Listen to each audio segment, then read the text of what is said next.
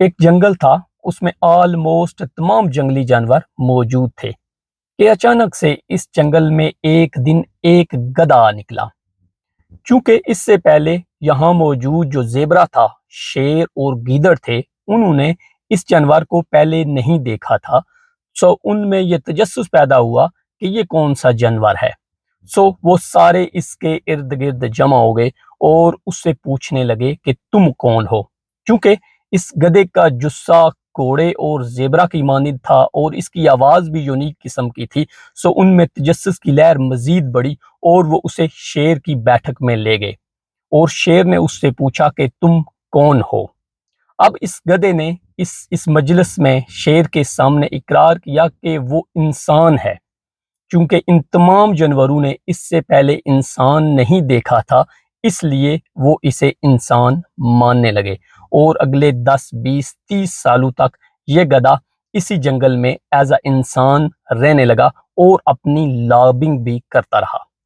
پھر ایک دن اچانک اسی جنگل میں ایک انسان آ گیا۔ اب یہ چھوٹا سا اور ضعیف سا نیف سا انسان، جس کی چھوٹی چھوٹی ٹانگیں اور ان جانوروں کے مقابلے میں اس کا جسہ بھی بالکل معمولی سا تھا، اور یہ سارے جانور ایک بار پھر اس انسان کے گرد جمع ہو گئے اور اس سے پوچھنے لگے کہ تم کون ہو؟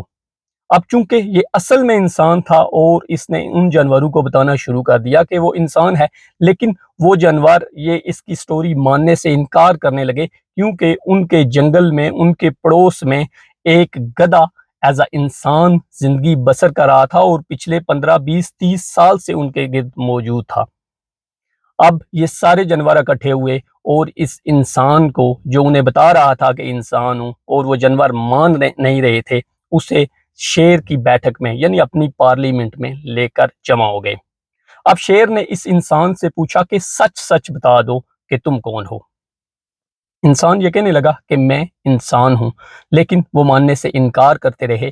لیکن دوسری طرف جب شیر نے گدھے سے پوچھا کہ تم کون ہو، اصل میں اپنی حقیقت بتاؤ، تو اس گدھے نے اپنی ساری جو گواہیاں تھی وہ اپنے ساتھ ملا لی، اور پچھلے کئی عرصے سے چونکہ وہ لابنگ بھی کر رہا تھا اور سارے گواہ اس کے ساتھ مل گئے اور اس گدھے کو انسان ڈکلیئر کر دیا۔ یقین کیجئے ہمارے معاشرے کا حال بھی یہی ہے۔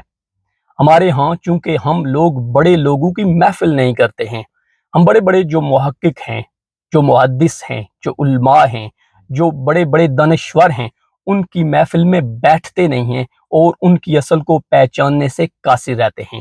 اور جب بھی کوئی 2 نمبر، کوئی بناوٹی قسم کا شخص، کوئی ایسا شخص جو اپنا منجن کسی خاص مقصد کے لیے ہمارے ہاں بیچنے آتا ہے، اور ہم فوراً اس سے خریدنا شروع کر دیتے ہیں، اس کو سننا شروع کر دیتے ہیں، اس کو اپنا مینٹور سمجھنے لگتے ہیں۔ یہ ہمارے ہاں ہماری سوسائٹی کا المیہ ہے۔